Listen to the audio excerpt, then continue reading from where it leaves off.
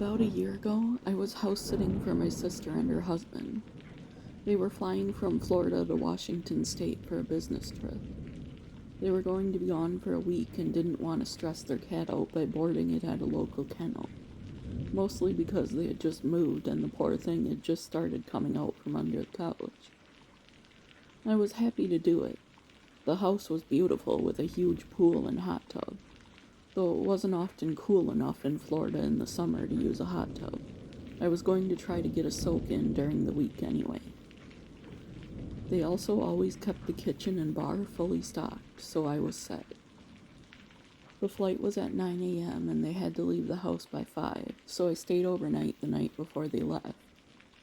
The following day, after work, I couldn't wait to use their big kitchen and whip up some pasta, grab a glass of wine, and relax by the pool.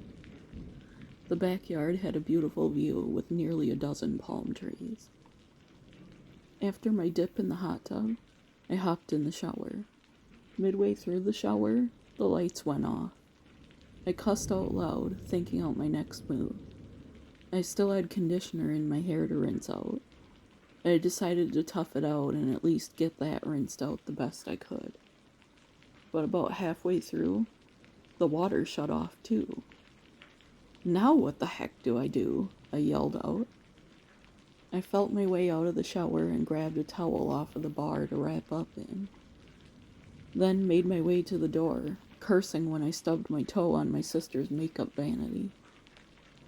Oddly enough, the lights were on everywhere else, but there was no way that 6 to 7 light bulbs in the bathroom just happened to burn out at the same time. I rinsed the rest of the conditioner out in the kitchen sink and got dressed in some comfortable oversized pajamas. That ordeal earned me some mint chocolate chip ice cream and an episode or two of Friends. I thought I would have a peaceful evening. It was everything but. 10 minutes into the first episode, I was about to put the spoon of ice cream to my mouth when the cat let out the loudest shriek I'd ever heard from an animal as he leapt from the back of the couch. It caught me so off guard that I flung the ice cream-filled spoon and it clattered to the ground. When I was getting some paper towel and cleaning spray, I noticed the cat staring intently at the door. It's such an eerie feeling when a pet stares intently at seemingly nothing, especially when you're alone on a dead-end street. "What is it, Milo?" I asked. As if the cat's going to turn around and say, "There's an intruder outside, Heather," I thought. Milo was so focused that when I bent to pick the spoon up and dropped it on accident, he jumped probably about a foot in the air.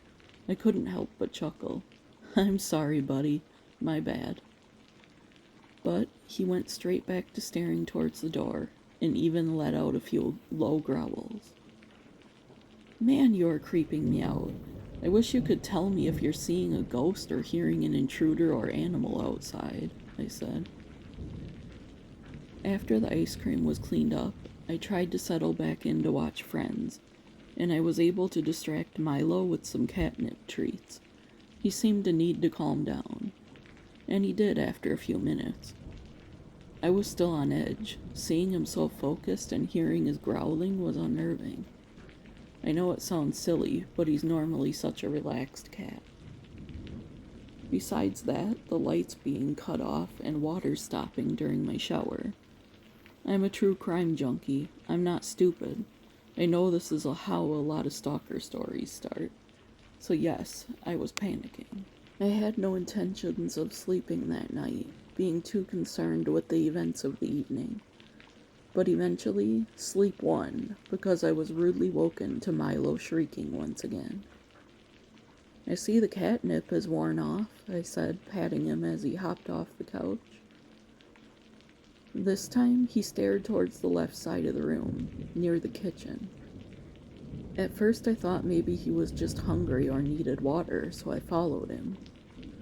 As we neared the area he was staring at, I suddenly got so cold that my teeth were chattering. "Uh-oh, that's not good, Milo," I said. I had seen enough documentaries and YouTube videos to link it all together. The sudden icy cold patch, the lights and water cutting off, the cat wigging out. I was dealing with something paranormal. Again, unsettling, being completely alone there for a week. Again, I sat watching TV, not sure what to believe and not wanting to sleep even if I could. But again, sleep won eventually, and again, I was awoken. I instantly felt the hair on the back of my neck stand up, and I noticed I had goosebumps on my arms. There was that sudden chill again, only this time it was over the couch. Milo was burrowing into the blanket, but suddenly his eyes were fixated right in front of me, as if someone was standing in front of the couch. I won't lie, I was completely terrified at this point.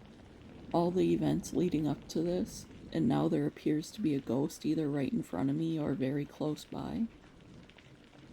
Be calm, it's fine, you're fine, I said out loud. Milo started shrieking again, this time in short, high-pitched tones, as if to warn me of something. And all I could do was sit perfectly still and try to remember to breathe. Suddenly, I let out a scream so loud that Milo ran and hid under the couch. I felt something grab both of my wrists, as if to restrain me. Since I couldn't see who was doing this to me, and you can't really kick or bite a ghost, all I could do was wait. It seemed like ages, and it was only after I said, "Please let go, I'm not here to harm you," that I felt the grip loosen. "There, let go please, you're hurting me," I said. The grip completely loosened, and I didn't waste one iota of a second. I scooped Milo right up with the blanket, grabbed my phone and car keys, locked the door behind me, and hightailed it out of there. I had to stop at the pet store and buy Milo a litter box, food, treats, and all the other things you need for a cat, but I wasn't spending another night there. Imagine being Milo trying to tell you, "Hey, danger," but not being able to. Animals are so perceptive. They see and hear things that we could never. Do you have a paranormal story to share? Email it to the address in the description below. Please like the video, share it out, and subscribe if you haven't. And with that, see you tomorrow, friends.